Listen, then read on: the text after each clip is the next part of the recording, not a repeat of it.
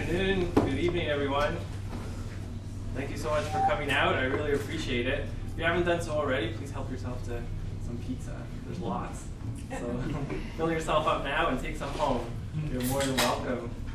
It's great to see a lot of familiar faces again, some newer faces. Thank you so much for taking the time to come out and attend. I know you have a lot of choices in the evening. From a hard day at work, you go home to your friends, family, loved ones, or your favorite pastime or hobby, but you chose to spend the next hour and a half, or roughly an hour and a half here, and I really appreciate that. So my goal is to hopefully make this time as valuable as possible, and we've got a great panel this evening, so I know you're going to get a ton of value. For those that I'm meeting for the first time, my name is Gary Smith.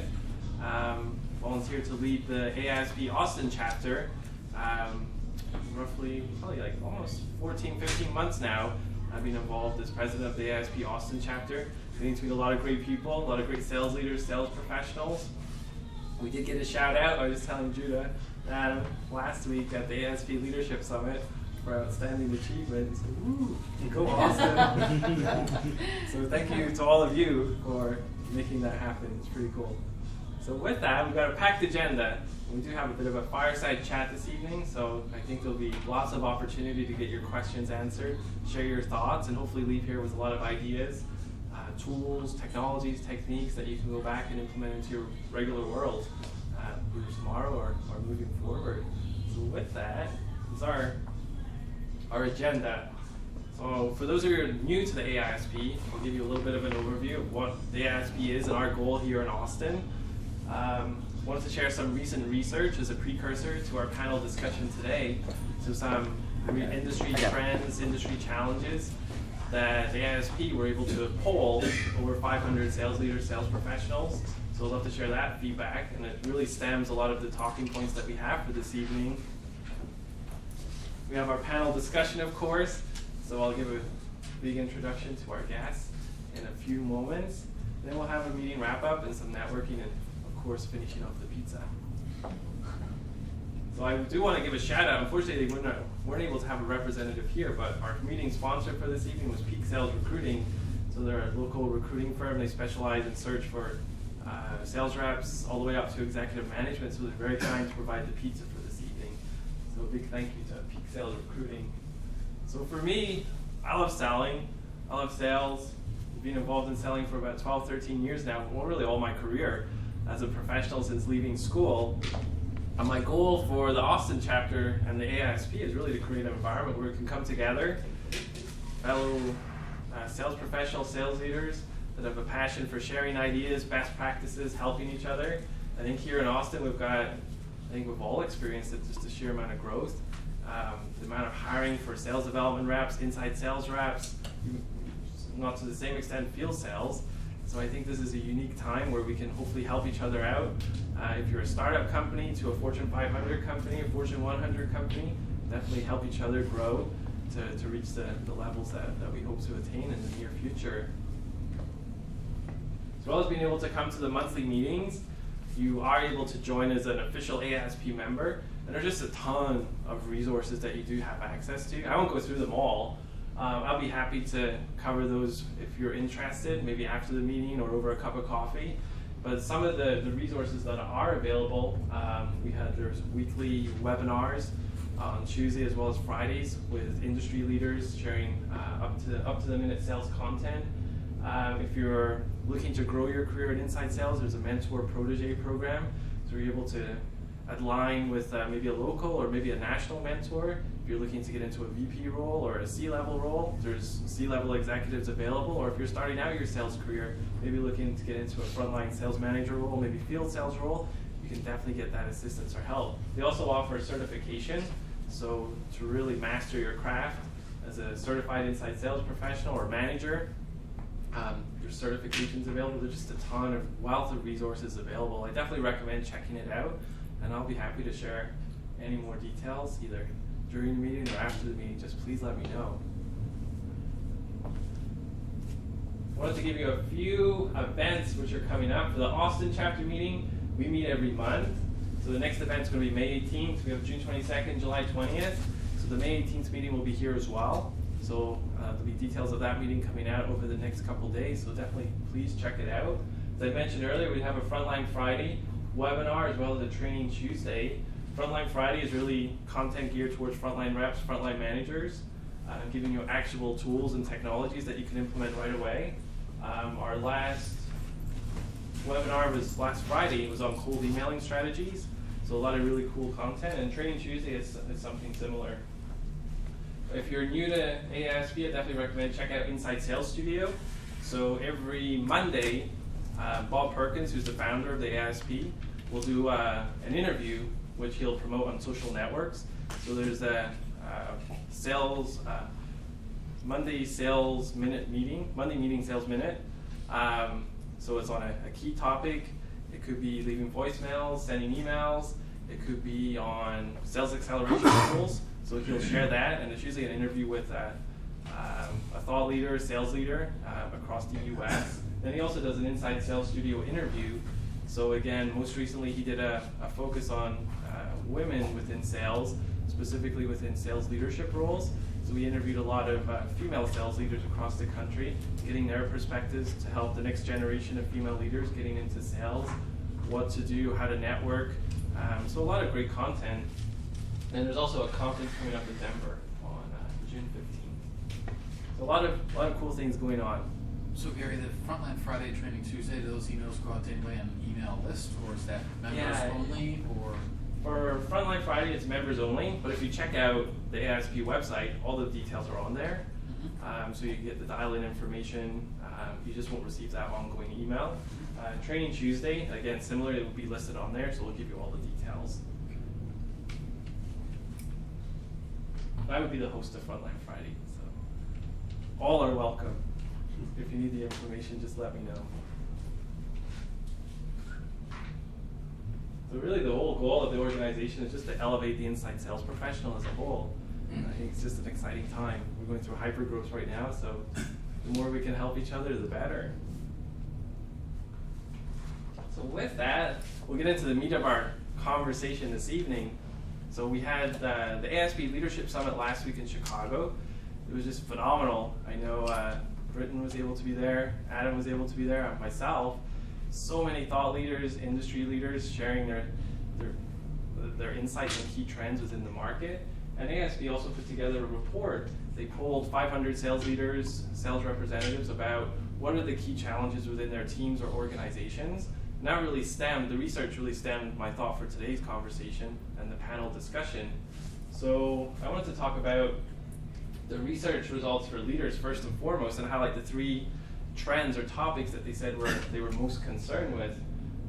Anyone want to hazard a guess? Maybe number 1 for sales leaders, so primarily VPs of sales, C-level executives, what they highlighted as their number 1 challenge for the next 12 months or focus area. Finding talent. Finding talent, definitely, it's a big one. It's on there, not quite number 1. I have to imagine it's still hitting the number. Hitting the number, definitely. Sales in general. Is that important? I guess that was I think number 1, first and foremost. Yeah. I think it's everyone's focus, getting the number. It's revenue generation. Outside of that, number 1 was training. Number 2 was recruiting and hiring, so identifying the top talent. So a lot of folks that I talked to last week were looking to hire maybe 5 sales reps, also some looking to hire 40, 50, 60 in the next 3 to 6 months. So a big area of focus for them is where do I find these people? I know Pravin at an Oracle, and we've been through that as well. Where to find these folks, and it's such a competitive market. So what kinds of attributes to look through? So we'll definitely touch upon that in our panel discussion. And then the third one, anyone want to hazard a guess? Third Systems. Ooh, yeah, it's systems related in a sense. It's lead quality. Yeah. So definitely, there's such, I guess, more and more of a focus now in sales marketing alignment in a lot of organizations. I think a topic last week, as well as recent weeks, has been the ABM, account-based marketing, which for me isn't maybe necessarily new. It's been around for a while. It's maybe come to the fore. It's more like a named account type approach model, but definitely it needs a lot more alignment between sales and marketing. So those are definitely 3 areas we're going to touch upon. How about for the sales rep? So inside sales representatives, sales development representatives, they had highlighted their top 3 challenges as well. I want to hazard a guess maybe from a sales rep perspective, what number 1 might be. System overload? That is on there. Yeah, that's number 3. Yeah. But definitely, it's so many tools and technologies now. Yeah, it's almost too many. Yeah, is it taken away from the actual prospecting or interacting with the customer? That's number 3 for sure. Tools? Yeah, there's tools and technologies, number 3. So lead quality was number 1, and so number 3 for leaders, but number 1 for reps. So we're really focused on how can I be as productive as possible, as efficient as possible within my territory, and call upon the folks with the most potential to get to a second meeting or beyond in the sales process. Number 3 is tools and technology. Anyone want to hazard a guess at number 2? Getting to decision makers. It's That's like a really good always. one. Yeah. I mean, I can get to somebody lower, Right. but can I get to the real person who's going to make that decision? That's a always- really, really good one. It wasn't the number 2 though. Number 2 was training. Okay. So I think a lot of the conversation over recent months is focused on, as organizations grow rapidly, are they providing the training, the resources to enable their teams to be successful? Not just be successful, but also from a management standpoint, training has a huge impact on retention. So a lot of folks now, if they're not getting the investment from the management level or from an enablement standpoint, there's so much competition, they may look elsewhere where folks are willing to invest maybe the dollars, the time, the resources to help them grow as sales professionals or as sales leaders. So training was a huge talking point last week as well. And last one, to your point, Chris, tools and technologies. I think there's a tool for everything now, technology for everything, but getting that balance. And that's definitely something we'll talk about today. So those are the areas that we're going to touch upon. So without, I guess before I introduce our panel, are there any, because we are a pretty intimate audience, are there any other areas that were maybe on your guys' mind that you're hoping to learn about this evening, or hoping to get a little bit more insider information? So I want to make sure that we touch upon that. Yeah, I'm trying to come up with a plan for a new SDR.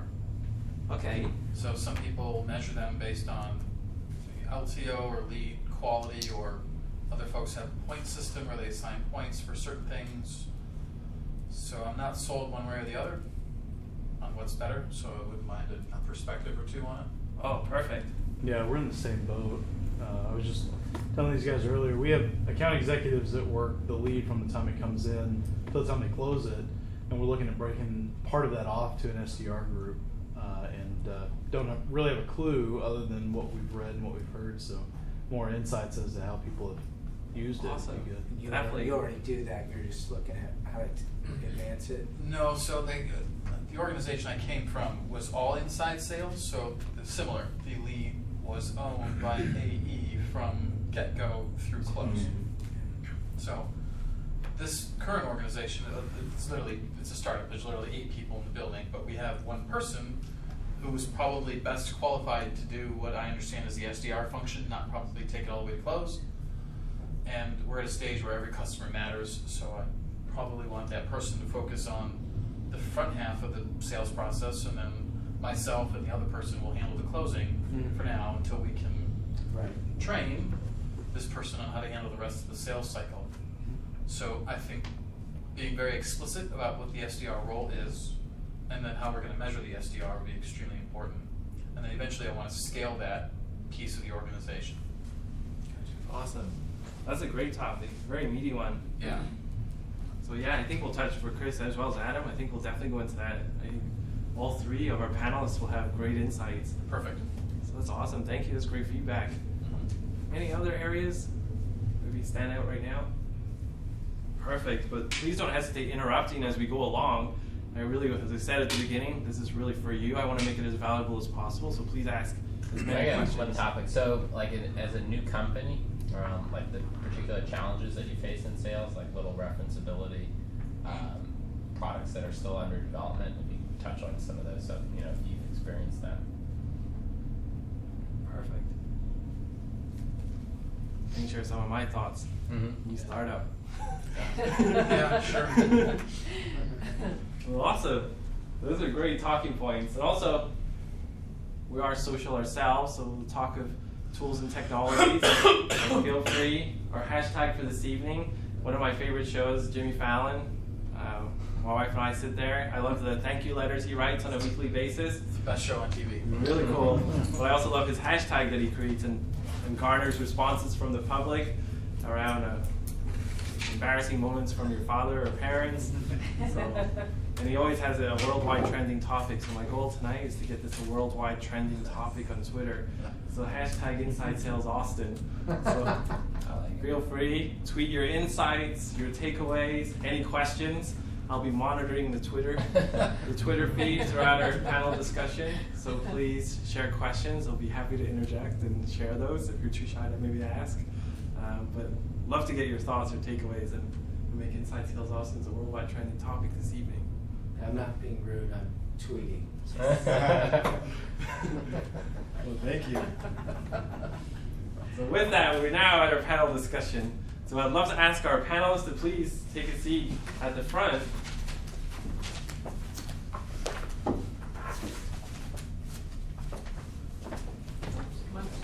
Come on over. Is there an access code to the Wi-Fi? Oh, there is. There's a. Well, you have to get an individual one actually. Oh, I thought. Oh, front desk? Yeah, they'll be able to give you an. They just changed the way they do it today. Oh.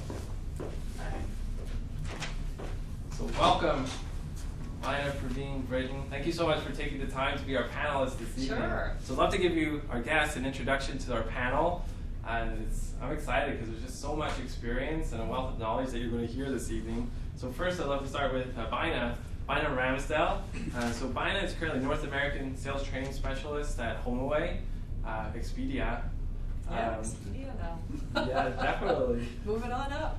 So Bina has over 20 years of sales and sales leadership experience across several different industries. Most recently, I loved my conversations with Bina because she was able to travel globally with the team at HomeAway and travel to Europe, for example, learn from the folks there, coach the folks there. So some of her experience were phenomenal, and just how to interact with different cultures, different personalities, different ways of selling, and different sales process. Prior to HomeAway, Bina's held leadership roles at Affintus, a recruiting software company, as well as Dun & Bradstreet, Hoovers, here in Austin. Bina has also won Dale Carnegie Sales Talk Champion Award against 40 It other. was kind of expected of us. 40 other They sales enrolled every professionals. single salesperson and said, "You are going to win, aren't you?" So it's a great accolade to have. And for me, as I mentioned, I just love hearing Bina's experience and working with these different cultures, especially from a training perspective, and really at HomeAway implementing a sales process, a sales strategy, so taking a vision and actually making it become a reality, which is really neat. So welcome, Bina. Well, thank you. so I'm much. really happy to be here. Looking forward to our discussion. And next up, we have Pravin Hegde from Oracle. So Pravin is currently Regional Manager for Cloud Sales at Oracle. Pravin has over 10 years sales experience. Prior to Oracle, where he has 8 years experience, he spent a couple years with Randstad as a field sales rep for recruiting solutions. I got to know Pravin very well during my tenure, my career at Oracle, and he moved over here a few years ago from the Bangalore hub to build out a public sector business development, sales development organization here in Austin. He was responsible for hiring and onboarding at least, 30 plus folks in a very, very short space of time. And I relied on Pravin a lot, and a lot of our success was down to him, although I took credit sometimes. Thank you, Pravin, for all your efforts. So Gary was not this nice when I used to work there. He's being super nice now. Do you do public sector sales? Is that your No, I used to Previously, cover the yeah. public sector BDC team, or the sales development reps, or something that you guys were referring Okay. to. I used to do that previously, but in my current role, I cover the commercial SMB market, Okay. which is accounts under 200 million in annual revenue. So yeah, you've got a good mixture of public sector and also, yeah, definitely Yeah, from I an had education some standpoint. questions, yes. Yeah, very Bar, clever. Under 200 million. SMB. Yeah. And Pravin also has MBA in International Business Strategic Management from Griffith University in Australia. So definitely great education as well as sales experience. And I've had the honor of working with Pravin over the last several years, so thank you so much for being with us today. Thank you. Welcome. Last but not least, we have Britton Manasco. Britton is founder partner with Visible Impact here in Austin. Britton has over 2 decades of expertise in business technology as well as professional services. Currently with Visible Impact, focuses on strategic marketing as well as sales enablement programs. Britton, I love, again, similar to all the folks in the panel, all my conversations with Britton I thoroughly enjoy, because Britton, outside of Visible Impact, is a very well-established author and produces content for a number of well-respected channels out there, such as Harvard Business Review, New York Times, CIO Magazine. He's also co-author of Next Era Selling, which is soon to be released in the next month. Yeah, book comes out next month. I brought an excerpt for everyone. Oh, thank you so much. So again, in research, he co-authored with Anna Casili, who was the 12th employee at Oracle, and actually founded the Inside Sales organization at Oracle. So through research for the book, Britton's been able to talk with many Fortune organizations and their sales leaders about how they go to market, their process, their strategy. So not only will he be able to share his own experience with his own company, but also the experiences of many other organizations out there in the marketplace. So I'm very excited to have Britton here with us as well. Thank you for Gary. joining us. Great to join you guys. Thank you. Let's get right in. Okay. Got my questions locked and loaded, ready. We've got answers. I'm excited. So let's start, I guess, wealth of experience within the sales world. If I were to maybe start at a higher level, macro level, take you back to maybe when you first started your career in sales, maybe what was then at that point one of your biggest challenges, and how did you overcome? Maybe Pravin, or maybe start with you for that one. Yeah, 2 things. In fact, I did my MBA before I had any work experience, and I think that looking back, I think that's the wrong way to do it. Because I still remember my first interview. This was with a company called as iFlex, which I think Oracle acquired later and renamed it Oracle Financial Services. It used to be a huge IT services company back in India. So I had applied for a role of PRM specialist, which is more like a channel manager. And the guy kept asking me, saying, he tried to ask me very simple questions, and I was giving him extremely complicated MBA answers, right? So he said, okay, let's simplify this, Pravin. So let's say I give you South Africa as a territory, where iFlex does not have any presence. What would you do there if you were the channel manager for that territory? And I said, 4 pieces of marketing, price, place, product, and all that good stuff. It's like, no. So tell me simple words. Do you know anybody in South Africa that you can talk to and build your business there? I said, no, I'll probably do this XYZ research, all MBA answers.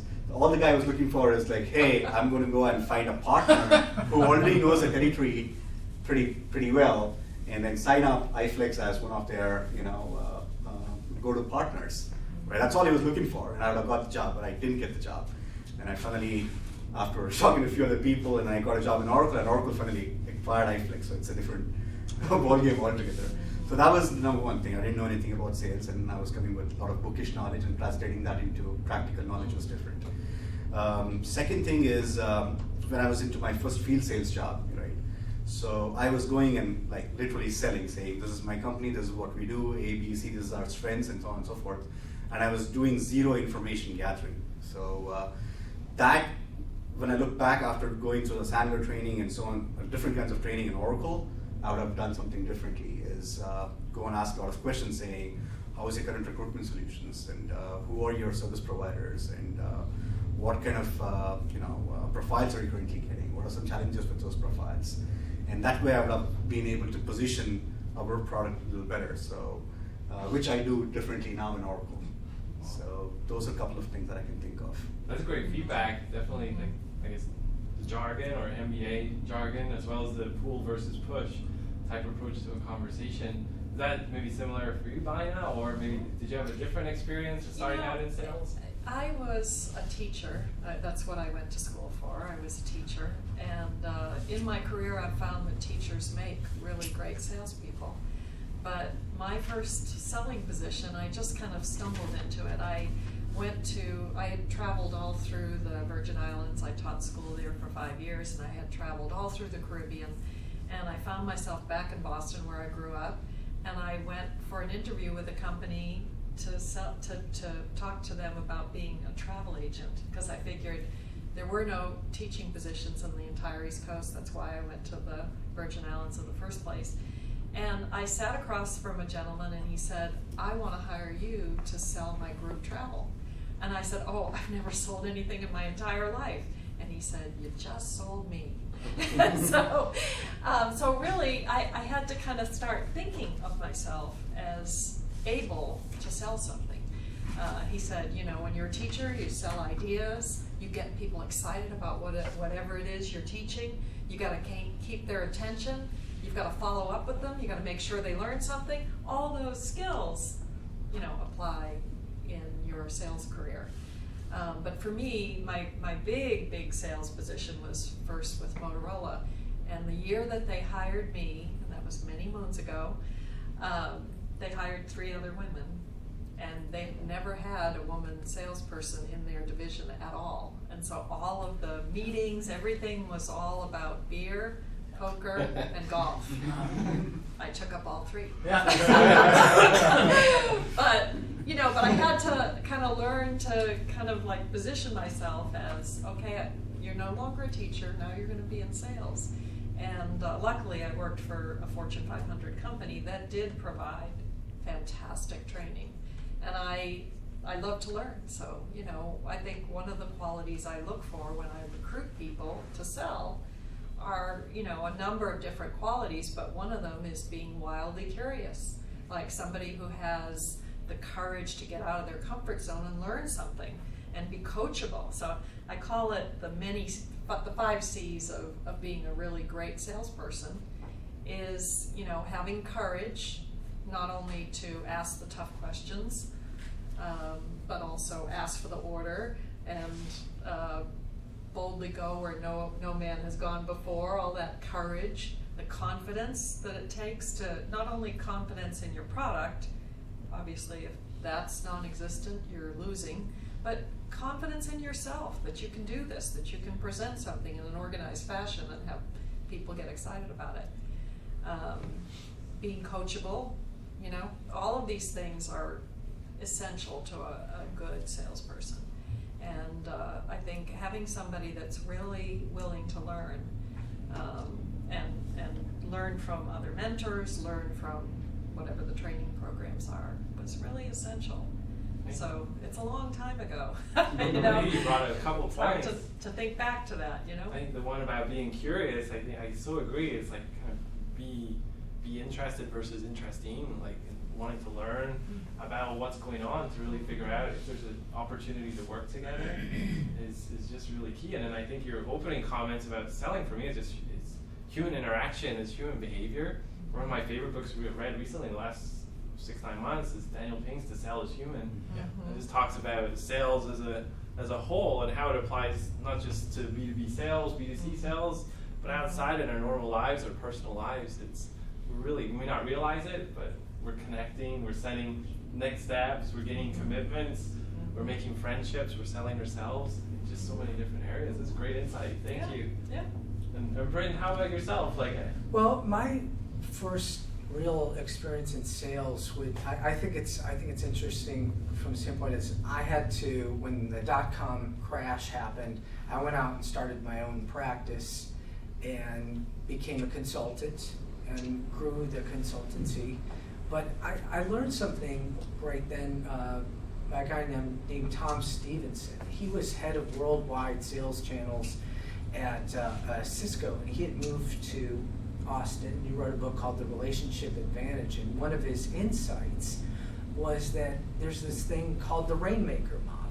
And if you look at most agencies or consultancies, professional services firms, the way they sell is the most senior people, the gray hairs, if you will, are really the ones making the sales. They're out closing the deals, and all the junior people are delivering on the work. It's sort of an inverse of what you see at most product companies, where the most senior people are just are running, like generals, and all of the salespeople are kind of boots on the ground and so forth, and relatively junior.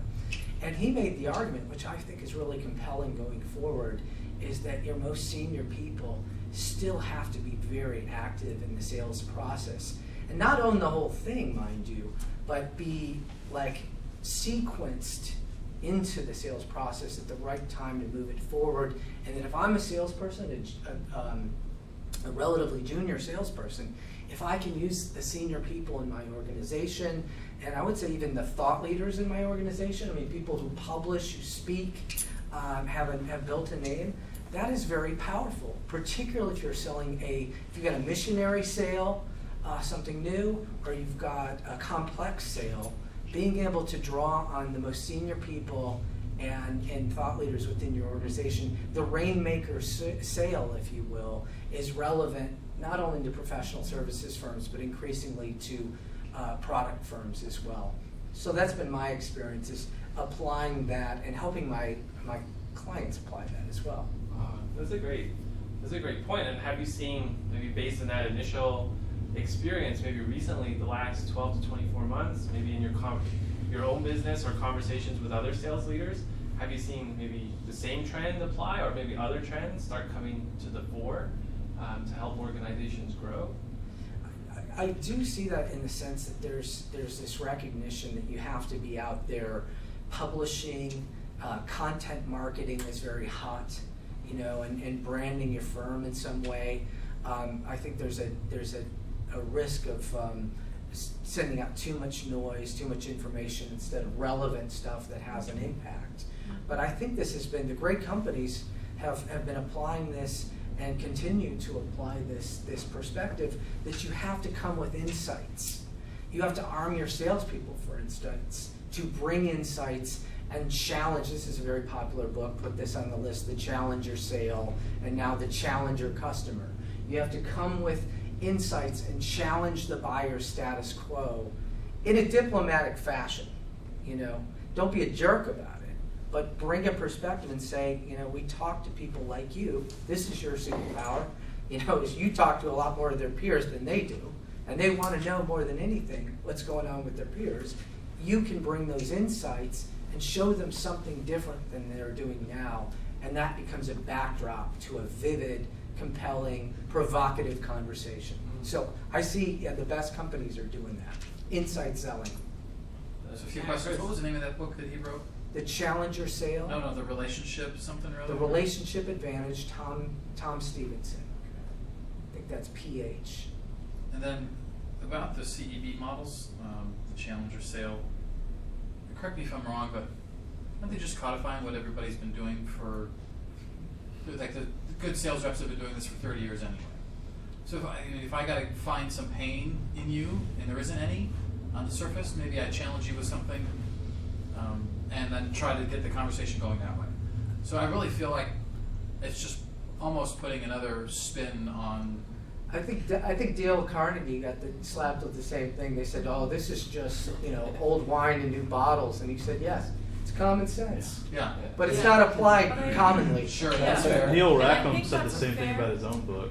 Yeah, I think it's a fair observation, but I would say that it adds a new dimension where we're talking about, and this is something I teach my reps all the time, is the power of consensus.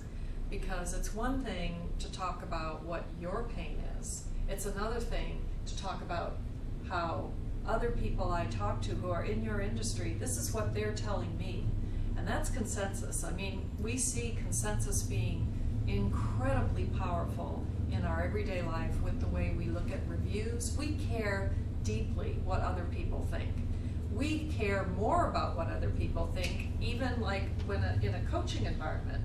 Instead of me coming at somebody and saying, you need to make 50 calls a day if you want to be successful in this business.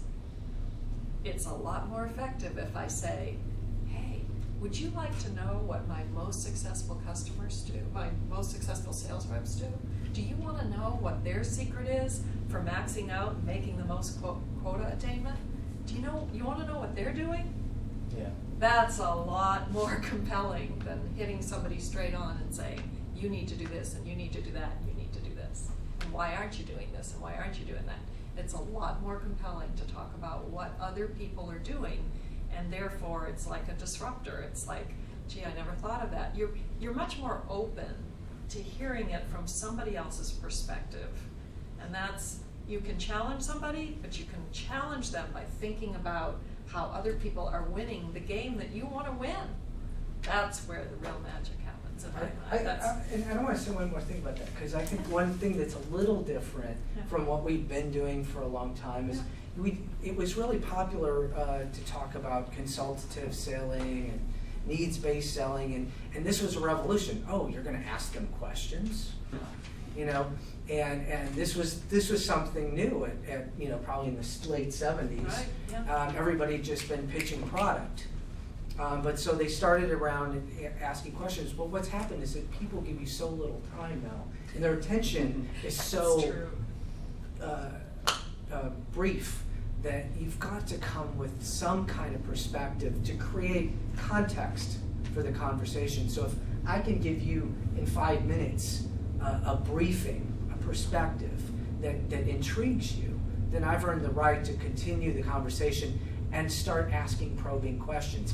If I start the conversation with a lot of questions, it feels like an interrogation and they shut off.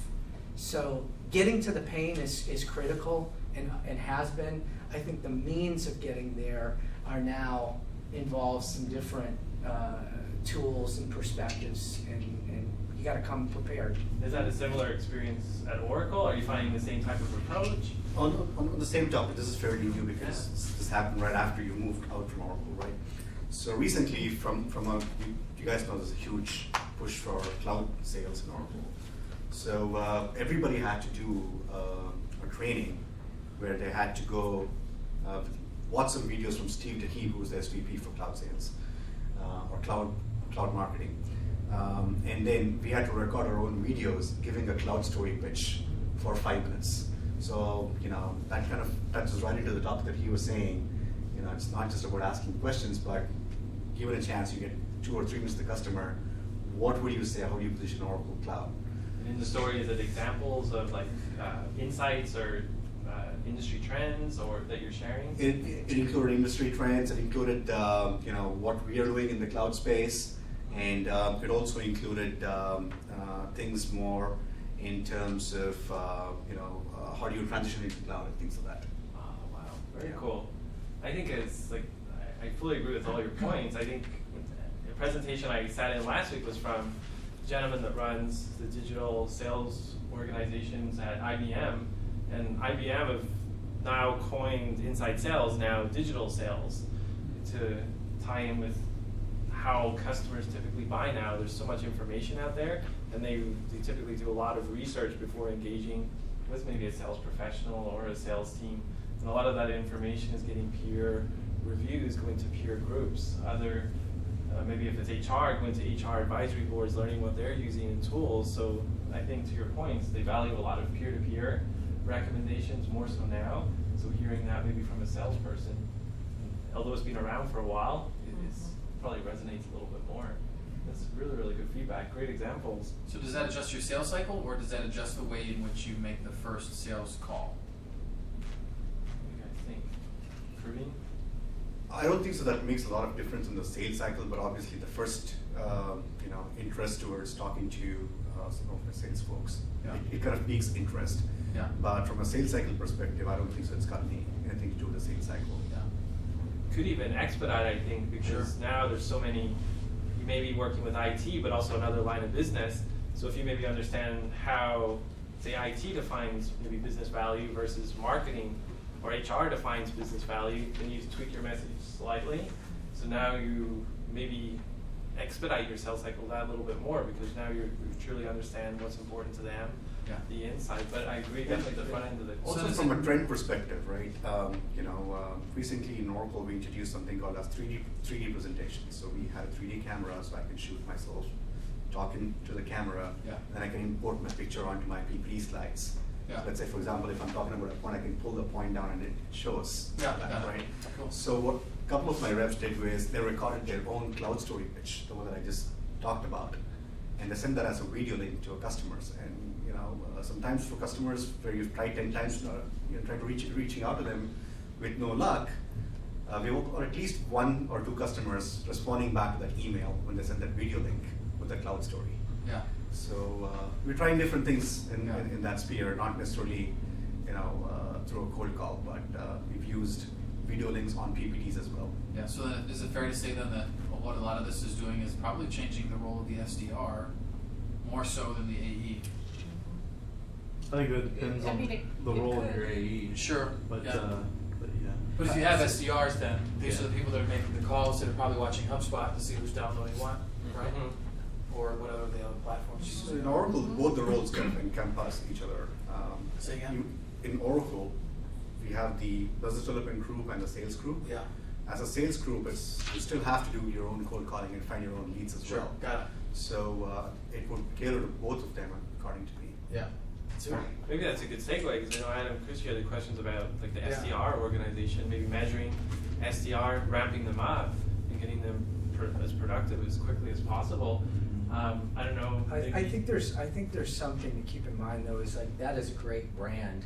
It opens doors and it's proven over time. And in Austin, where a lot of us are in the startup world or something, and then you don't have that big brand as kind of comfort for the buyer. So the question is, how do you establish credibility? How do you get to the, you're asking about how to accelerate, or what's the impact on the sales cycle?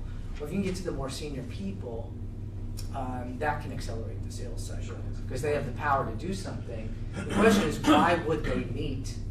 And it's kind of back to the Rainmaker concept. Yeah. It's like there's this sort of status matching. It's like if I'm a senior person and I have the power to do things, I am looking for people who are rise to my level. It's just how it is. I'm a fan of Tom Wolfe, and he talks a lot about this the statosphere, he calls it. But it's a real dynamic. Is how do we do that? How do we bridge that gap of credibility between the senior decision maker and people within our organization? I believe, Chris, you were talking about you would be in on sales decisions. Sure. Senior person, and they bring you in. That's entirely appropriate at that stage of development, and maybe going forward. I mean, I think Larry Ellison's done his fair share of sales calls, right? I mean, it still happens, Yeah. even in the biggest deals. Yeah, Salesforce talks a lot about it. They're now at the point where they're literally selling to CEOs. Yeah. Yeah. Yeah. They don't go to VPs of sales anymore, which is really interesting, which is where my product sits. Yeah. We're Why selling did to that? Why CEO. did they do that? My company actually did a demo with Salesforce this week, or last week, and they wouldn't do it for us if the president of the company wanted to know Yeah. it. There you go. So that's their way of saying, like, you've got to get the old call high mantra. Well, like, you can't call and be hired unless you can get the board. And actually, we're starting to do outreach to board members. Yeah. Are you seeing that with your teams when you buy now, or Pravin, like calling high, and maybe if you're not talking to the CEO, maybe you're getting referred down, like kind of that cascading? So in my market space, definitely, because SMB, right? So more often than not, it's like a two-member IT team. So and we have some solutions which does not need a decision from the IT at all, like Documents Cloud Service, for example. It's like Dropbox kind of solution. So you can pitch that to a CFO or a CHO or even the CEO straight up. At least 70% of our deals are with the CEOs or presidents of the company, and 30% if it's a larger, like $100 million company, we probably talk to the CIO or an IT director who can make the decisions on that. Makes sense. And I know Bina and HomeAway, Expedia, slightly different sales model process. Where are you finding maybe similar types of engagement? Well, at HomeAway, very first time that people come in for our training class, I tell them, lucky you, you're going to talk to 100% warm leads. So our marketing department actually does all of the lead generation for us, and every single person my reps talk to have at one time or another clicked a button that said list your property. So we don't really prospect in the same way that we're talking about, but we do have a whole lot of people that click that button and then for some reason, back out. away for whatever reason. They thought they wanted to rent their home or several of their homes, and then they started thinking, they got fear, that false evidence appearing real going on, and they do I really want to rent my home? Is this the right place to do it? What if somebody damages they get all these fears going, and so that's kind of a big part of what we train. So they're not generating their own leads, but they're oftentimes reeling somebody back in that has, departed from the process. And a lot of times we're talking to somebody and we're talking to them about the unconsidered need. Like just getting a peak of interest in that first conversation where we tell them, many of the other homeowners that we have on our site, at one time or another, they felt just like you. They kind of backed away and said, not really sure I want to rent my home. I'm here to take the guesswork out of this. Let's just have a conversation. I just got off the phone with somebody who's making $100,000 a year renting their home in Hawaii. Let's talk about that. And now you've got somebody going, well, maybe I should re-engage. $100,000 a year sounds pretty good. So, it's that unconsidered, like, gee, I never really thought I could make that much. Yeah. So it's not lead generation, but it is kind of, having something to say within that first 30 seconds that might pique their interest. So And you don't do it's any that outbound. challenger thing. It's that unconsidered need. Like, let me throw out a little bait and see if I can, get your interest going again. So all your outbound is technically to somebody that clicked on something on the site Yes. and engaged in some way. Yes. Yeah. And so we're really terrific at marketing. And so the marketing department generates those leads for us. On a similar topic, right? If you look at traditional software, customers pay XYZ percentage every year as support, which over 3 years, again, there's 3%, 5% uplift and things like that. So my team uses that specifically when they're talking to a C-level executive, saying you use 100K in support, or if you move towards cloud, we can get rid of that support because all of that is part of the subscription fees. Oracle's premise is, since we are managing the data as a service, you probably wouldn't need that much support because 90% of it is automated and we manage it. So they can in fact get rid of some of those costs. So two things, either creating revenue streams, because in my space we have a lot of ISVs, a lot of partners. So I go with a prepackaged solution saying, not just the demo licenses for cloud, but I'd say, hey, here's the cloud enablement team, here's the partner marketing manager, all of this, and we have a customer success manager every time you purchase cloud subscriptions. All of this will cost you an XYZ dollars. So I don't kind of split that into different costs. I kind of package that one.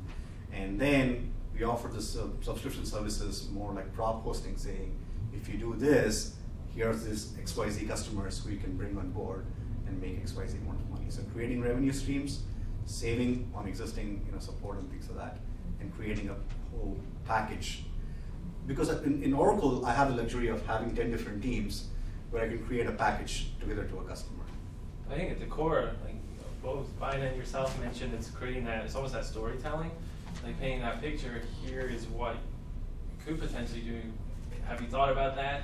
So-and-so in your industry is doing that. And so I think it's very much the same premise, the same concept of bringing something to the customer to challenge their current way of thinking and how they should maybe go to market or how they currently do business internally. One of the things that kind of calls to mind as far as when I worked at Hoover's, down on Brad Street, we got warm leads coming to us all the time. We were an inbound sales team. However, so many of us that were top producers, what we would do is I'd talk to somebody, for instance, in manufacturing that was in California, and I was really good at discovery, so I learned everything about their business. I learned every single reason they might want our lead generation information.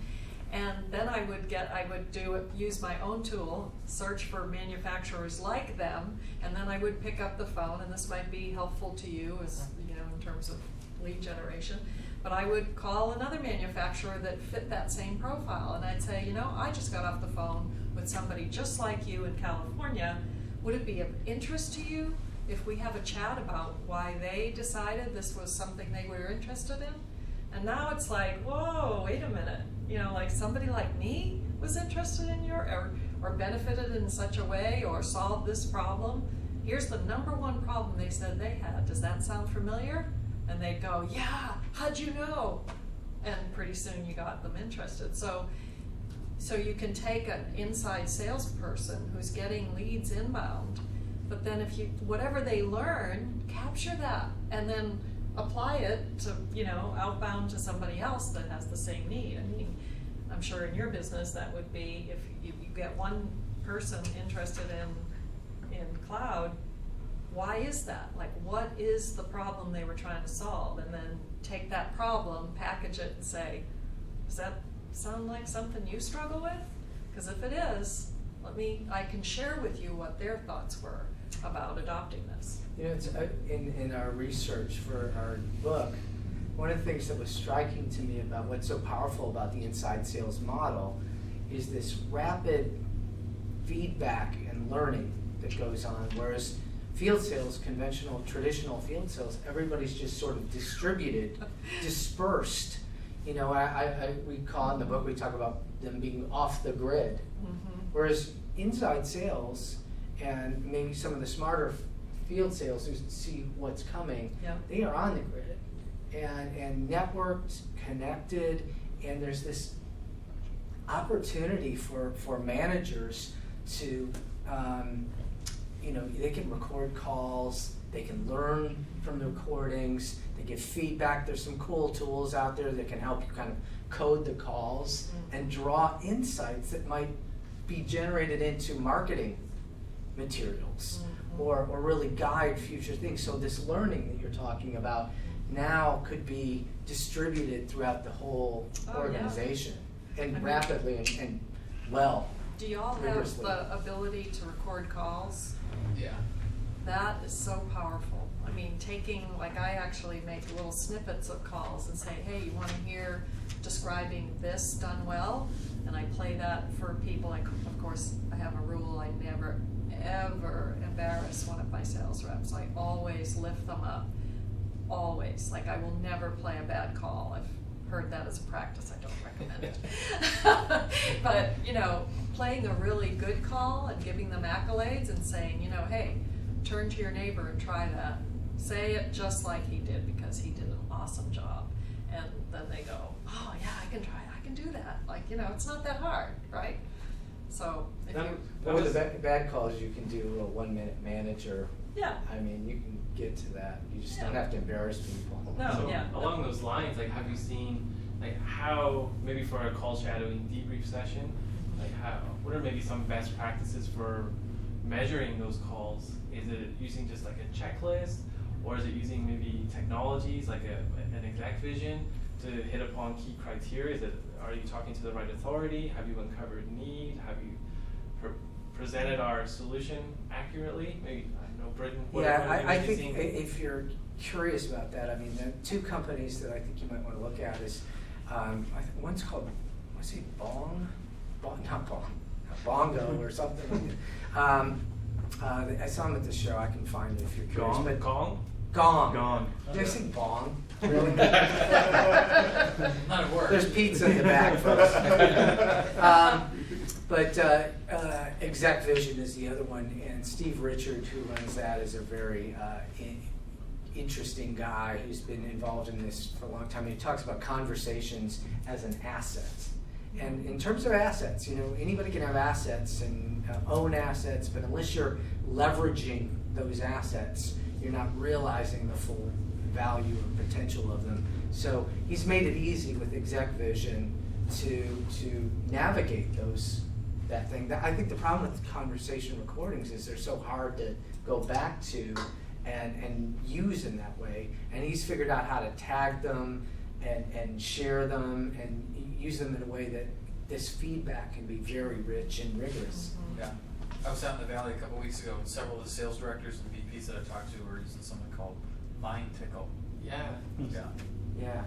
Really Heard about good that. platform for pushing out, like, so you record that and you cut it, like you said, you cut them down and then push them out to the field team. So all the guys in the field getting it at the same time on their mobile phones as they're moving and grooving, hanging out in Starbucks. And That's what they do. sometimes That's what I did as a field guy. you know, there's a couple of things you can do with listening to calls. I mean, sometimes I just keep a little pad in front of me that's stop, start, continue. Yeah. And I like get ideas from the customers. Sometimes the customers will give me a selling point I never thought of, Yeah. you know, because they'll say, oh, well, I look at it this way. And like, I'm all ears. How do you look at it? Like, tell me. Because I can turn around and help my sales reps use that again, you know. But in inside sales, I think one of the biggest challenges is that it's a very redundant job, right? We're saying the same thing over and over, week after week, day after day, month after month, year after year. And if you're making 70, 80, 90 calls a day, it's human nature that, you know, your call at 9 o'clock is not going to be quite as good as your call at 4 o'clock in terms of your interest in the customer and that spark that you bring to the conversation. And sometimes I just pull one of the reps in if I really, like, I hear them, it's not sounding good, you know, and I'll bring them in and I'll play just a little snippet of them saying hello to a customer at the beginning of the day. Just like a quick, 5 seconds, here, this is what you sounded like at 9 o'clock this morning. Sure. And then they go, oh, yeah, that's what was missing. That's why I didn't close the last 3, you know. I like the stop, start, continue approach. Is that within your organization, Pravin, like best practices for maybe measuring or conducting a call debrief? Yeah, I mean, I think although it's Oracle, we still do this drive times a little old school. We don't have any specific tools, but we use Excel sheets. Rather, I use my own Excel sheet. So I have a drive time template that I share with the rep before I sit with the rep. So it's got these pretty much standard, training stuff, 7 steps in the pain funnel, right? So I kind of, after the debrief session, I give the rep to do a self-ranking on a scale of 0 to 3. 0 means I didn't do it right, 3 means I'm a pro at this. And then I put my ranking on top of it and send it back to the rep. And then the next week we do a drive time, we do the same thing. And then we'll see if from bonding and rapport perspective, it moved from 0 to 3 or 1 to 3 and things like that. That's what I look at. Sometimes where the rep has not been doing really well, I use the concept of day in the life of a rep. So practically the whole day, right, from coffee breaks to lunch. I buy them lunch, buy them their coffee or whatever for that particular day. I spend the whole day with them to see what times of the day they're making calls to customers. Probably we can tweak the time of the day because you want to get to talk to the CEO levels, you want to call extremely early, not at 4 o'clock. As she said, right, the energy is better during the day or the evening or whatsoever it is. So the day, when I do that thing whole day, I realize some of the challenges that they're facing as well. And sometimes, because I've been in their shoes, I try and walk the talk by making some calls for them. Especially in drive times, if it's 1 hour, probably we get 2 or 3 live conversations. So we usually try to do 5 calls them, 1 call me, 5 calls them, 1 call me.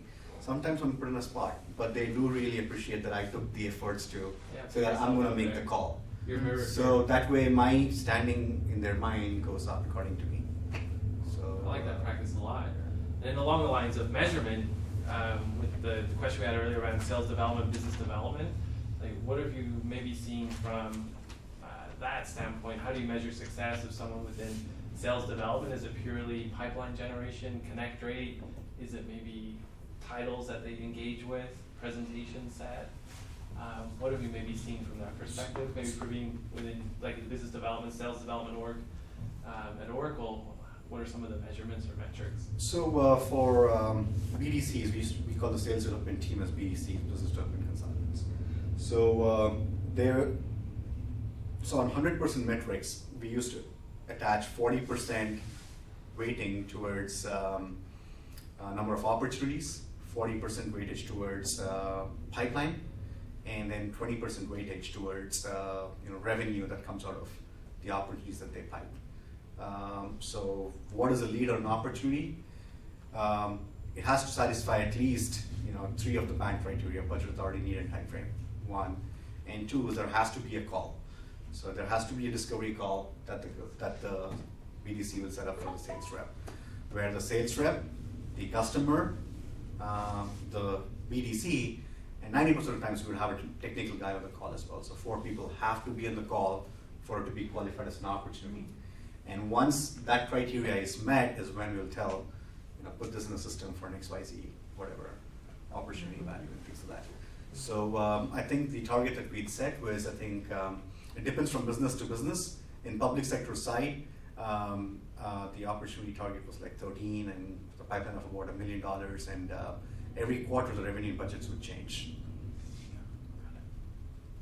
Britton, Sorry, you said the size of the opportunity, qualification criteria, and what else was the? Budget authority needed time frame authority. Yeah, so the qualification criteria, so that was one criteria for how do you evaluate the BDRs? Yes, and they have to have a discovery call. If it's not a live call with the customer, then it's not an opportunity. And then the other piece of their weighting was the size of the ops? Yeah, opportunity, pipeline, revenue.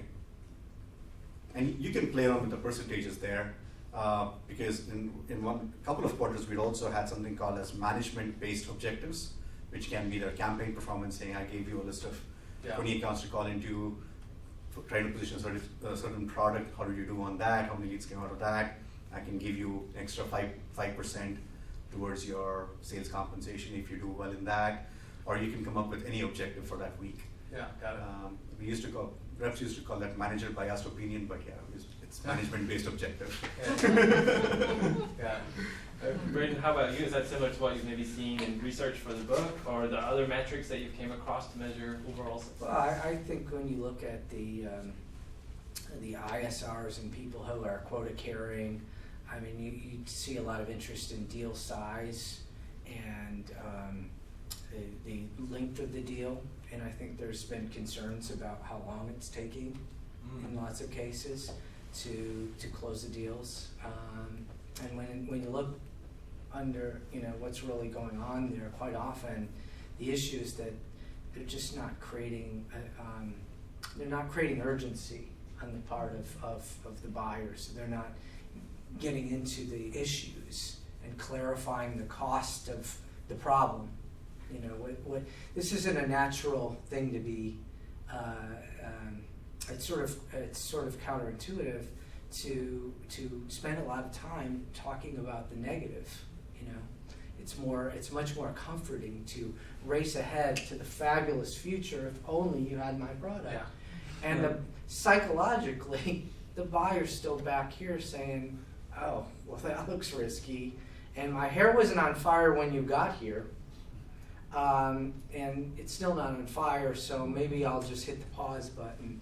So that is a classic problem that leads to, attenuated deal cycles and no decision, is a real problem. So 60% of deals, this is an average, end in no decision. So that's more time in the pain funnel. Yeah, it's like, what is the impact if you don't do anything? Well, so that's one of the standard questions, right? Like, what does it cost you?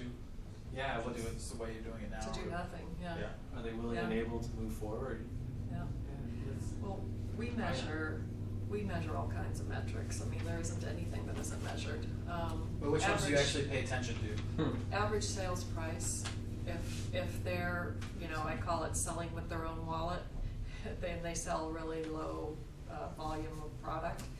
I can kind of tell if they're always selling our lowest tiered product. There's something I can fix, right? Yeah, sure. I look at that as a problem.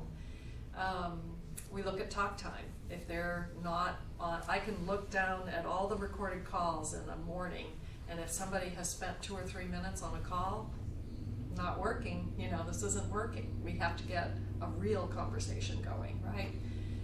We look at conversion. We look at how many calls they took and how many sales they made and how much dollar volume that is. So, we do both call audits and call reviews. So a call audit would be just a simple yes or no, like, did they do this? Did they do this? Did they do this? And it's all based on the sales cycle. And specific questions within each one of those, like, did they ask the 4 mandatory questions? Did they do this, right? So that's a call audit, and it takes, like, you can literally listen to a call, you're done at the end of the call audits. Just check. Just to see that if a customer calls and talks to you, the quality of the call is going to be the same as when he talks to you. So it's really just check, did it happen or not? And then there's the call review, where we actually have a one-on-one with or I do, where we have the one-on-one, we listen to the call together, and I will tell you the number one big thing that I learned about coaching is that it is not about what I think about that call. It is all about what that rep thinks about that call. So I don't give any feedback whatsoever. I listen to the call, I have them draw a line down their page and say, write on this side everything you like about the call. Just a little note about what you like. On this side, like, check off and tell me what you would have done differently, if there's anything you missed. You know, if you didn't like something, write it on this side. So then at the end of the call, and I used to do just the opposite. At the end of the call, I used to start telling them, oh, you did this great, you did that great, you did this great. And it kind of fell on deaf ears, right? And then, you know, I'd give them, you could have done this, you might have missed that. But now my whole strategy is totally different, and it has been for 2 years now. So at the end of the call, I say to them, so tell me everything you liked about the call, and they'll check it all off. Sometimes they tell me something they liked that isn't so hot, and I have to ask coaching questions to find out why they think that was good. And then I say, well, what didn't you like about the call? And if there's one thing I have learned about training, coaching, being effective with other people, it's people don't argue with their own data, which is exactly why discovery questions help you during the sales cycle. People don't argue with their own conclusions. And so if that rep tells me that they didn't really follow the sales cycle, they missed some of the discovery questions, they didn't ask for the order at the end of the sale, at the end of the call, or they didn't ask for it effectively. If a rep tells me that, and then I have them write down, okay, you talked about a lot of things today. What are the top 2 things that you're going to work on when you go back to your phone? And I call it my ticket to ride. And they have to write it down. They have to write the 2 things that they most have to work on. And they're bought in. They don't argue with their own conclusion. If they come away from that meeting and say, oh my gosh, if there's one thing I have to work on, it's this. They're bought in. It's their conclusion. They're not going to argue with it. And there is something scientifically wired in all of us to try to be consistent with what we say we'll do. I like that approach for coaching, because it's very similar to what you said at the beginning. It's curious from sales rep to customer perspective, but it applies the same to coaching, asking them. Everything you do as a salesperson that makes you a great salesperson makes you a great coach. I mean, you have to follow a sales cycle with them. You have to motivate them. You have to ask questions. You have to do a presentation to them without dumping an overwhelming amount of information on them. Because they can't work on a gazillion things. You've got to focus them on 2 major things. And if it came from their perception, bingo. They're so motivated to do that. That's great feedback. And I know we're just about at time. I want to open it up maybe to the audience. Maybe any questions as a result of the conversation we just had, or anything else on your mind that you wanted to bring up?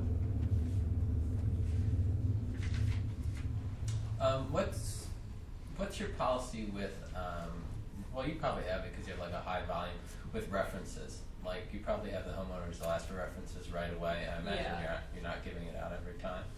Yeah, it's usually a process. We have a refer a friend discount. My reps are supposed to tell everybody every single call. That's one of my little check. Right. They ask for referrals.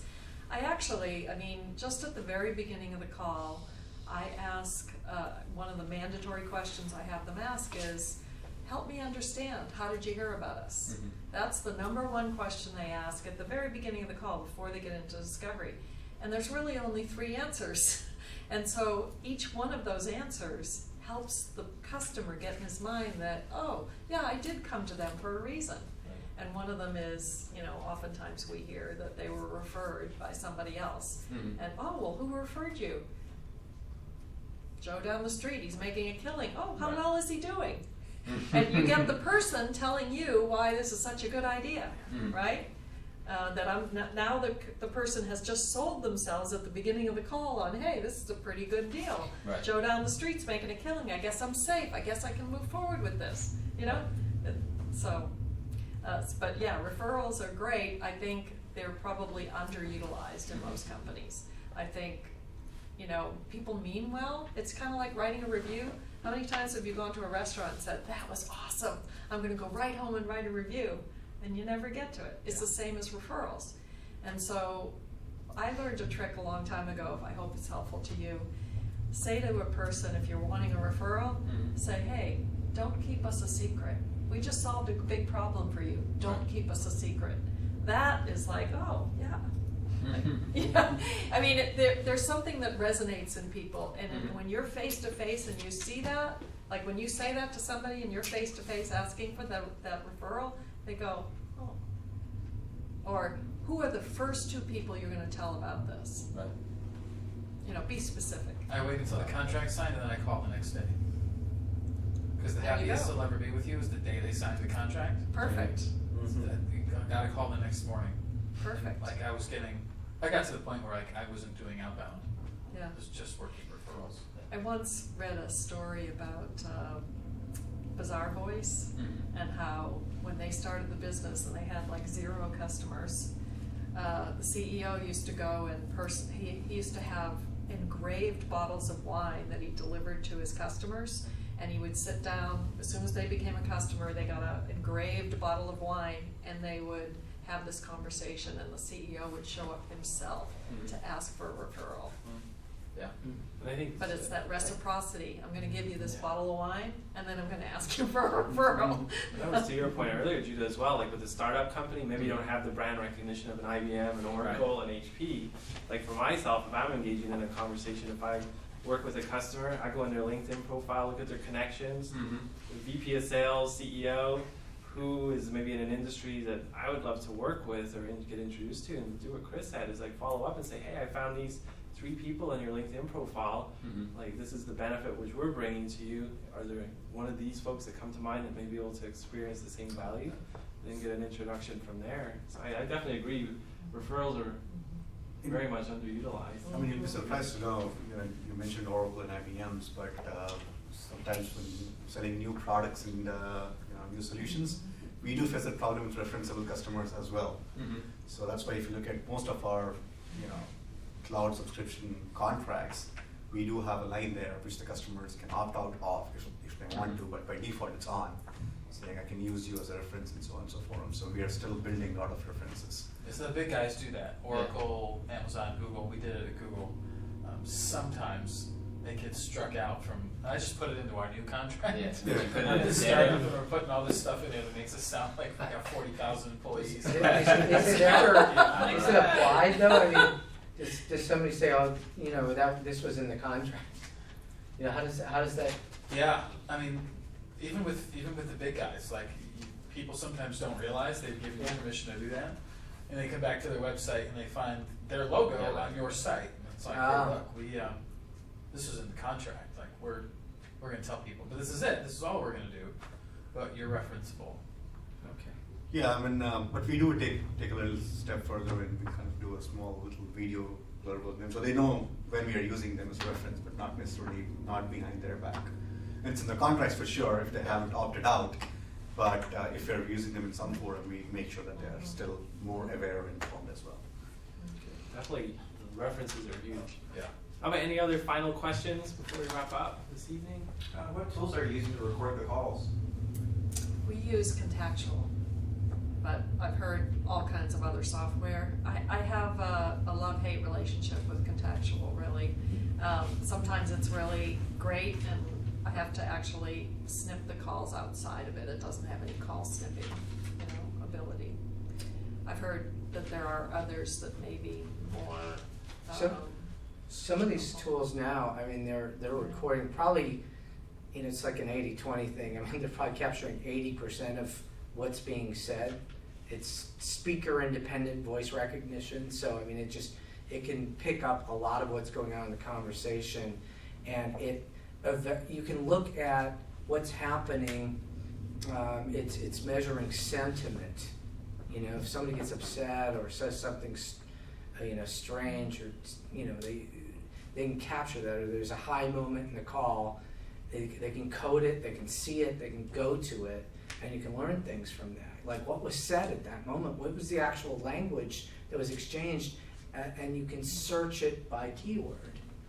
So this is quite advanced. It's very sophisticated. This is spook technology finding its way into, We inside don't sales. record calls at Oracle, but I'm kind of curious to know. Typically, if I call an inbound number, they usually say your call is being recorded and things like that, so I know that I'm being recorded.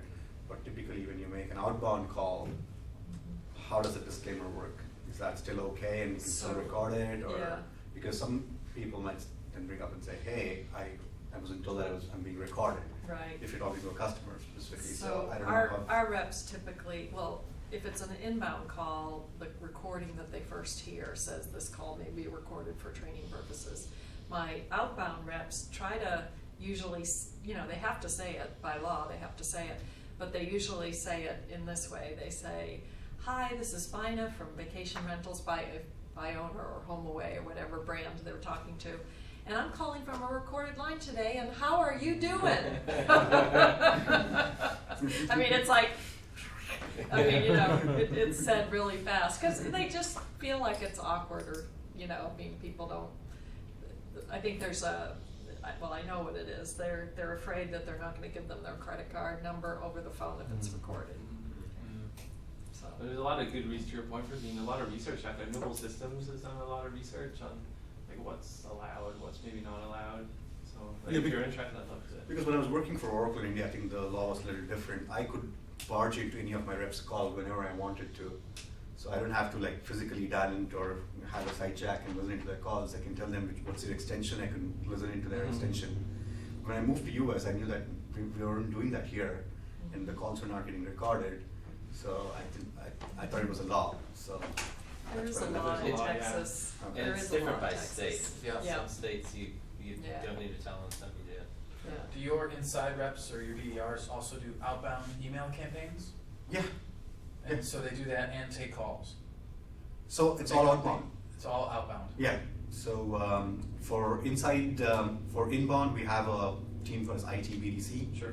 So they usually get the inbound chat numbers and. So your outbound reps, how many calls a day versus how many emails a day? On average. I've managed them to make about 50 calls, but if I pull the call stats right now, it'll probably be about 35 to 40 calls. Outbound calls and then. Outbound calls, yeah. With about, they might be averaging 8 hours of customer interaction time per week. Emails, I think the number of emails is probably higher. Yeah, but they send it individually or they run mail merge campaigns? I think they send it individually. You're not supposed to do mail merge per our email policy. Yeah. So they try and send it individually. Or we have to use an e-newsletter tool or Eloqua, which is one of our new acquisitions, in fact. Yeah. So I can feed in the email IDs into Eloqua, and it automatically will send out those emails. And it's like Sidekick. It tracks when people have read it. Yeah. All that good stuff. But Eloqua should also help with tell me if I'm, or correct me if I'm wrong. There are different countries that have canned spam laws, and you can't Eloqua takes care of that Yeah. stuff. mass email Canada. Yeah. They'll literally come after you, send the Mounties or something. So and then Asia, we've got our first reseller in Asia, and we can't. Even our reseller, we're not allowed to send them marketing emails.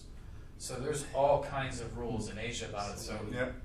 will Eloqua help with that? Eloqua is not an email refining tool, but Eloqua is more like a marketing tool. So once somebody is registered on Eloqua with their email ID, it kind of tracks, how they've been researching Oracle. So it'll give you a more context for your conversations with the customer. But I don't think so. It'll weed out the spam and all that stuff. Okay. I don't think so. So that was track their IP address too, right? Like their interactions. I don't know what happens on the back side of Eloqua, but maybe it does. I don't know. If you just want email, I recommend MailChimp. Yeah, so no, I'm not worried about that. I'm worried about what are the rules, where can I mass mail versus where can I not? Yeah, I guess Noble Systems did a study. I can forward that to you. It outlines pretty much universally. Yeah. What are the rules? What you can do, what you can't, how often. Happy to take a look at it. Thank Yeah. you. I'll shoot that over, and I think you could, if it's not already built into the technology, you can preset it, like to take account for wherever you're prospecting into. Yeah. So there's so many rules though. I prefer individual emails, but like we're such a small team right now. Like, Yeah, You have to scale. A lot of time. Another tool, new thing with the CRM tool is we BCC a certain email ID. So that, for example, it takes a lot of time for me to go and update notes back in the sales system saying I had a conversation with this guy, he said XYZ, I sent him an email, things like that. So I just BCC this Fusion, whatever interactions to my CRM system. Mhm. It automatically logs that as an interaction to that Yeah, contact sure. with my CRM yeah, system. So we do that too. that's a pretty cool tool. Well, awesome. I know we went a little bit over, but I think it was a great conversation. And I seriously want to thank Bina, Pravin, and Britton for participating in our panel. A lot of great insights. Thanks And for I'm having sure. us. No, Fantastic. thank you. Thank you. Thank you all for your questions. And like, please feel free to, if you are able, hang around maybe for a few minutes. I'm not sure if they'll be open to I'd love to share answering my any more card if you have questions. Yeah. questions Yeah. that come up, but, you know, I've got a sales we're all rep. in this together. I've got a sales rep that used to be a teacher. Yeah, so it might actually maybe you guys should talk. Yeah. Awesome. Yeah. Well, thank you everyone for attending, and feel free to grab as much pieces as you want to go home. And thank you again for coming out. It was great meeting you all, seeing you all again, and have a great rest of the evening. Thank you to our Thank you. panel. Thank you very much. Appreciate it. Good group.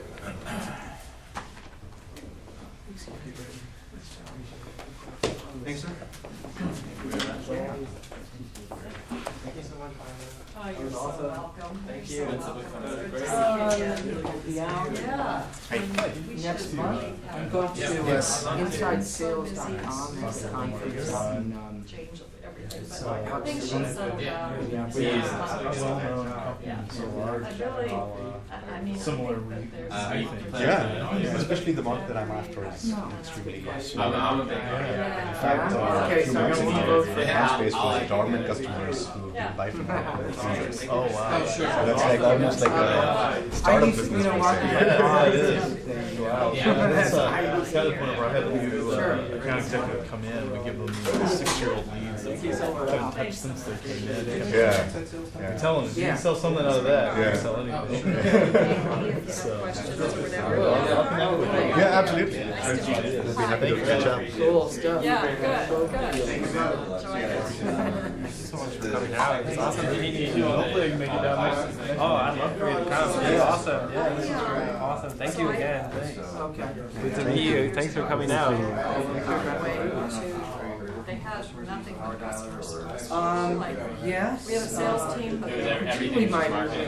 well, they have just taken Sealer. customer service people So and she's moved them out into a there. sales role. Okay. And they were They bring her basically into a order lot of taking, sales they really calls weren't because people consulting want with our perspective customers to on find out what they inside needed. sales best So I practices created and a value-based strategies and selling stuff like program, that. and So I was talking about the metrics we she's a measured. good We person to increased keep our in average mind and sales stuff like price by that. 40% in 1 year. And so then I was tasked by, okay, you did it here, let's do this globally. Right. So you were at the show, I started huh? traveling Was. globally. But It's really interesting. I How you doing? teach the classes, I love teaching, Yeah. and I love mentoring, and I What'd you think of love the show? coaching. It was You good. can really see that light bulb I thought it was good my and first they time. get on fire, you know, it's all about getting into their hearts and minds, you Yeah. I thought know? it was really good. Really like encouraging them, like, I say to them all the time, look, you've got an opportunity here. Like, you realize how powerful it is because you have an opportunity to become a master. And if you do that, Trying you to will sort write of your own specialize. book because Yeah. every single thing out there needs to be sold, including your relationships. You know, so you gotta take It's like this. this LSU. Yeah, exactly. It's wonderful.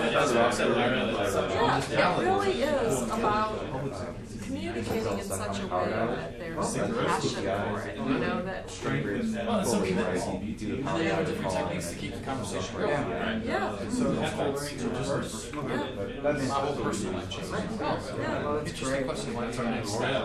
Yeah. Taking what this Yeah, exactly, but It's so simple, but nobody does it. yeah. Still, it's Yeah, it's hard to all the same hard. training is, it's still the most valuable training out there. Did I give you one make Yeah. Yeah.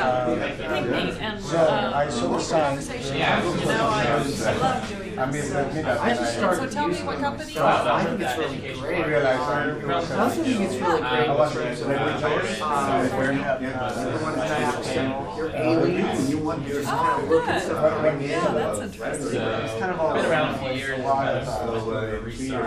would just kind of Small Oh, so actually I'm in an evaluation of it right now. yeah. I would have bought them at I would have bought them at Soul Yeah. Foods too. I love Soul Big Foods. trend. We were in the Well, evaluation. there are stage. just a number of different things So I wanted to buy it there, and I'm going to buy it in this new company. For sure. They were already like, someone had a card down. And now I'm gonna get a license for it. There's actually, if you want to share it with other Couldn't people get in any your better organization, I up-to-date actually do data. You know, and those guys are just three-layer gonna training Because program they got, based on that. they're Because it's triggering really things. powerful. I mean, the stuff that's going on, And, it's even easy at a trade show. there's Like, you know, I'm gonna put in a couple letters of your kind of name, things that, and because it knows everybody video that we know drawing things, mutually. yeah, I don't, yeah, I mean, I don't have to fat finger your name, right? Which for me is a problem. I never learned that again.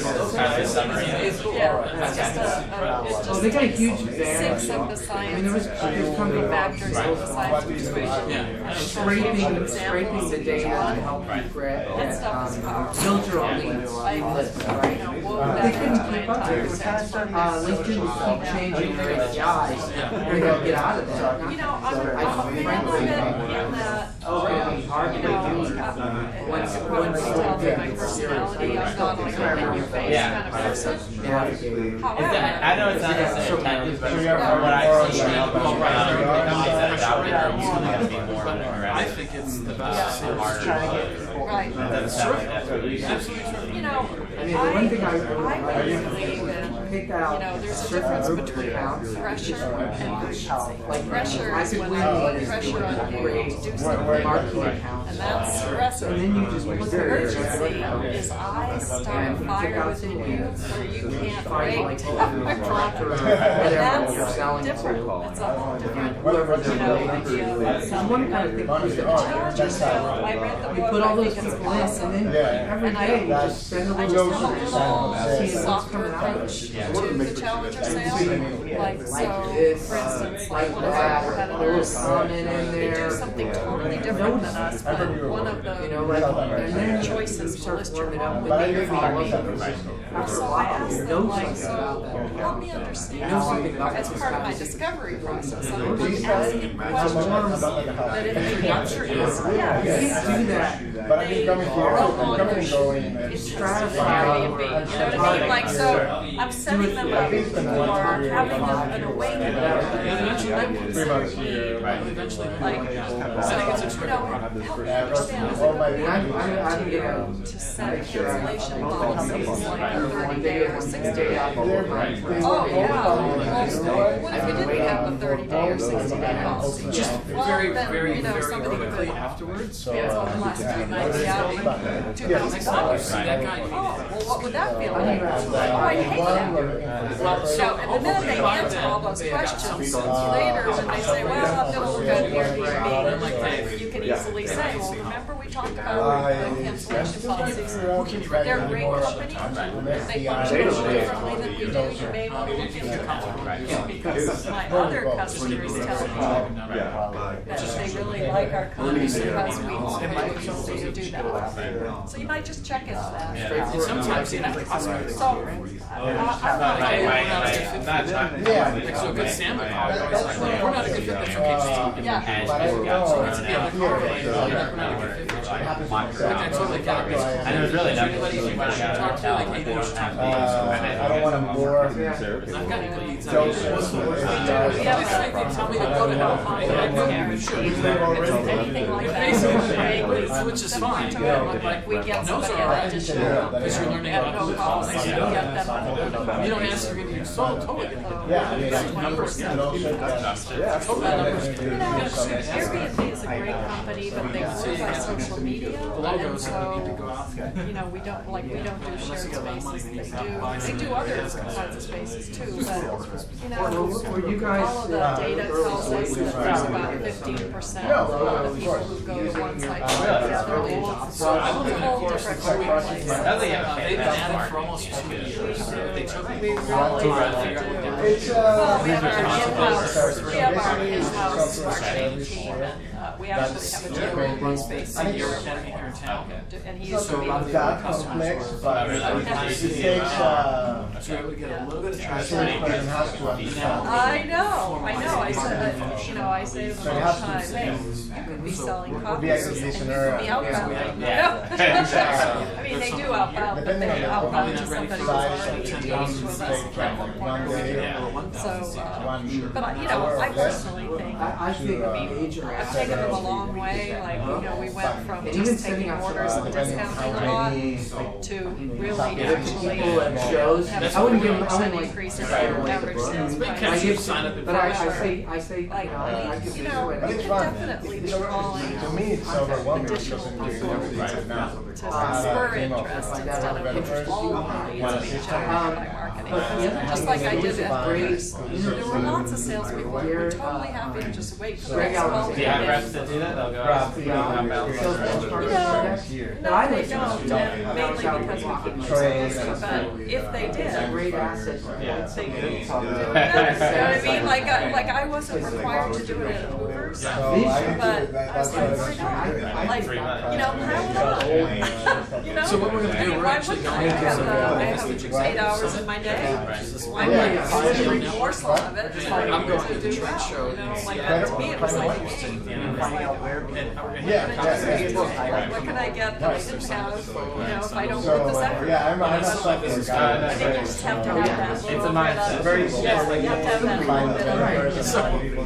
how could I do Yeah, we're it? trying, Like, what else? it's a hacky shit, but like you gotta have Say- something. say- Anyway, it was so good. That's where we're far away It was from so I good. need to know that. Because people are I not didn't do it buying the so. products, they're buying the vision. I'm Totally. You know, I'm not. What did I get? Fair enough. Start Yeah, with but- Good, thank you. Thank you. This is Conrado. So, my name is Conrado. So that's great. Yeah. What a nice name. Thank My you. name's Bina. All right. Bye.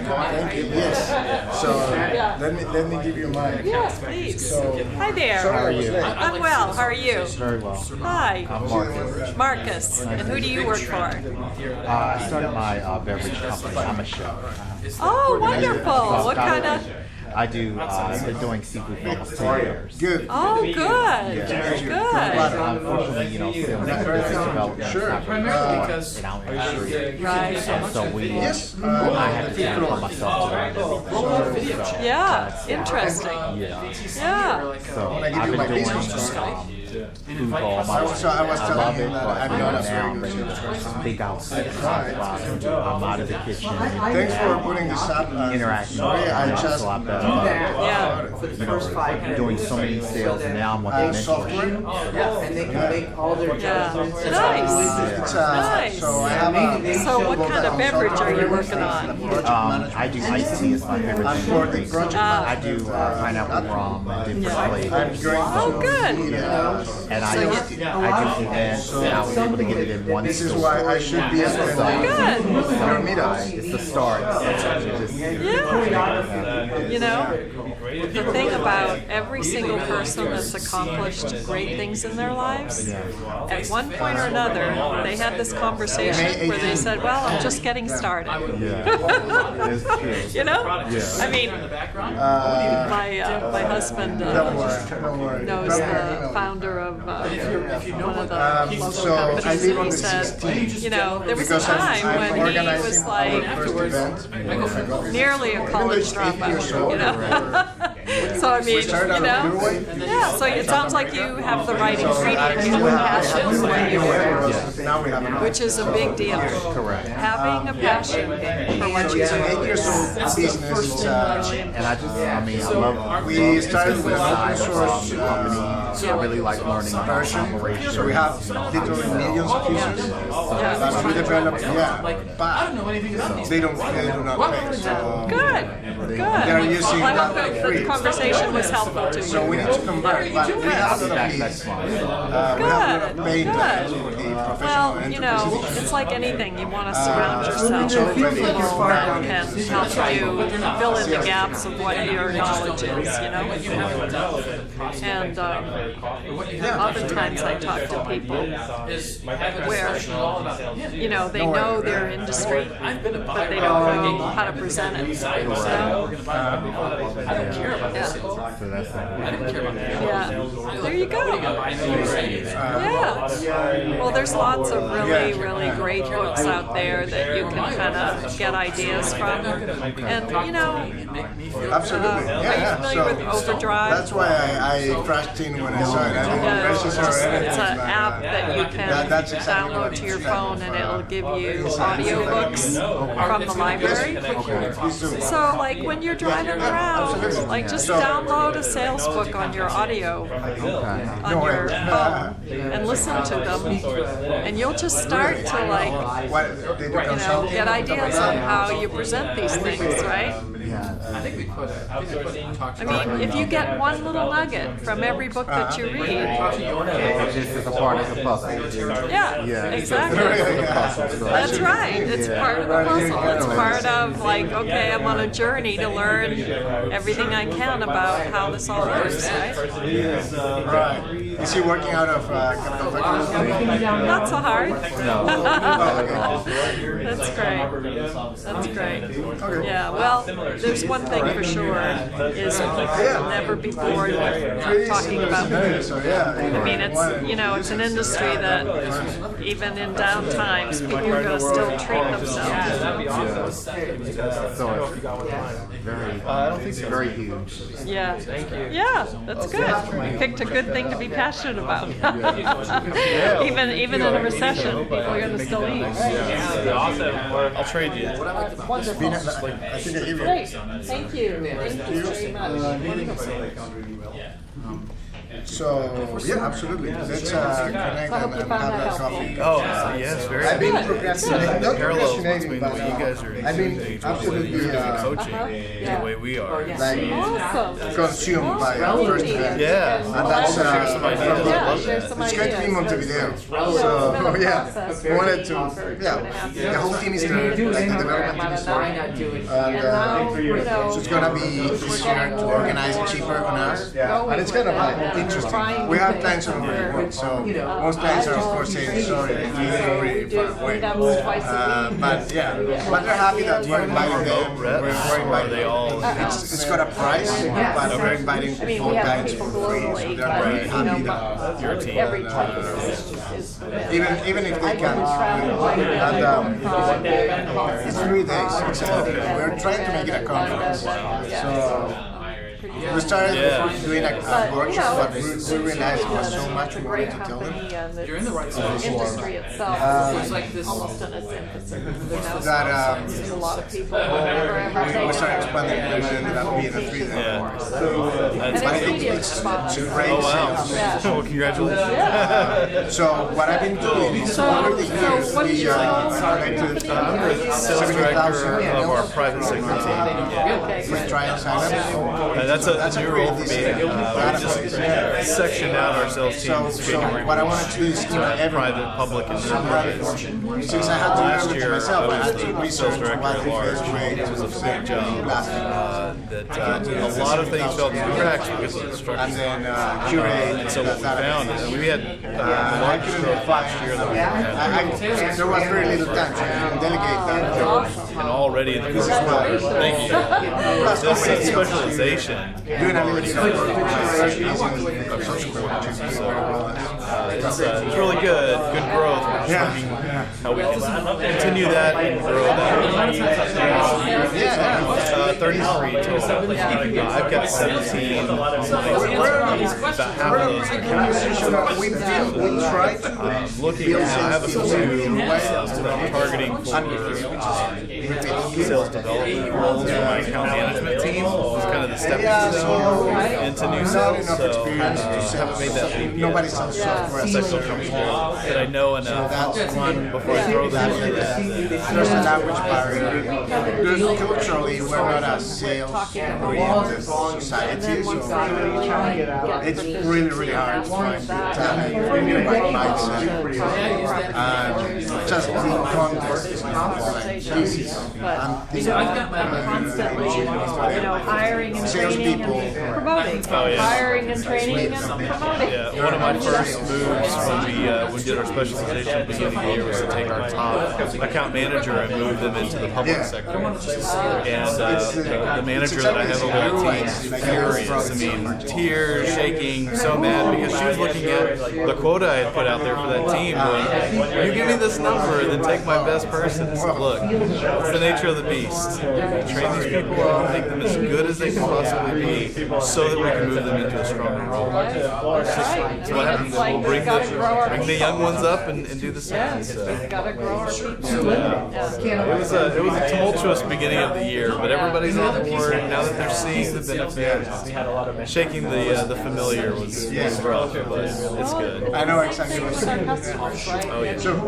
They are used to their status quo. It's easier for them to just move forward. Not realizing what they're losing. I call it shaking them off their bar stool. Oh, yeah. You gotta kick them off the bar stool, give them something else to think about. Yeah. You know? Yeah. Really, because people are very comfortable doing the same thing. I mean, if Gary had called a break and all of you walked outside and got a drink or whatever, you'd come back and you would set the exact same. But that's human nature. And that's the simplest example. Hey, good to meet you too. Right? Do you have a card? One thing we did talk It about. was a pleasure too, and yeah, Melissa was really great. I really enjoyed it. Take away the She was a end. lovely lady, and she was training like that. She was very coachable. Really a pleasure. Yeah. Strategic and transactional. Yeah, well, Yeah. glad she found something that sounds like she can facilitate too. Beginning of the next month. Everybody leaves It's town. good for her lifestyle. Yeah. Yeah. Cool. Inside sales with the club. I was a client. I'm sorry? I was a client. Oh, I've you been a were? client Ah, there you go. for 3 months. 3 months. Know how So tell me about San that. Francisco. It was good. It was very short. I didn't even do the processing, the purchasing, an assistant. Property manager or something. Yeah. My business is my assistant. Oh, I see. Yeah. Yeah. got me out. It's a fun time. Yeah, well, good. So, sorry, I didn't look at your business card. Thank you. I'm the sales trainer. Same here. That's my HomeAway. card. So, and I'm a Got mine global too. team lead, so I do a lot of training overseas too. Wow. Yeah, so. And then I just got these So- So we've got today. international And then look at, there's a little offices section in in the back for everybody Madrid, else's card. London, and Rome, and Prague, Cool. and throughout Asia, and Yeah, appreciate Australia, it. and New I took Zealand. 3 pages of notes. It's been a long time since I've Very taken nice. Every once in a while I Those get are to nice go out. destinations to I go know, train. yeah, right? Yeah. Yeah. You need to just one in South America, one in Brazil, and you'll be. Thanks, guys. Take care. Have a good night. Well, we do have an office, a very new office in Brazil. Really? Where at Rio? Oh, good choice. Such a Yeah. broad. I love it. You've talked to so Yeah. many folks. Yeah. So Yeah. many- Everything in Rio Yeah, there you go. is to learn from. Yeah, there you Good job. go. Yeah. Are you gonna go training her? Yeah. Probably. We actually had the You weren't at new the, sales manager come up here the Oh, for okay. training because I A did guy like from a Oracle. global, Uh-huh. I brought a bunch Right, of people here. that's more efficient for you. We took them all. How the two-stepping. perpetually raised Fun. thresholds. So So great. where do you Excel, work? which is, I thought I that work was from the really 5th interesting. floor. When you think I'm about from Uruguay, which is south of Denver. Brazil. Oh, okay. But I moved here. I have 2 software businesses. Oh, My very old consulting firm and my project management baby startup, which is pretty old for a startup, but Yeah. picking up steam. We're increasing the threshold So because we're gonna most need of to our build. inside I want to sales build a focus sales on team. the Yeah. SMB market. Yes. Well, And good. we So are what do you probably sell? clearing the field A for project enterprise management accounts platform. and bringing Ah, less good.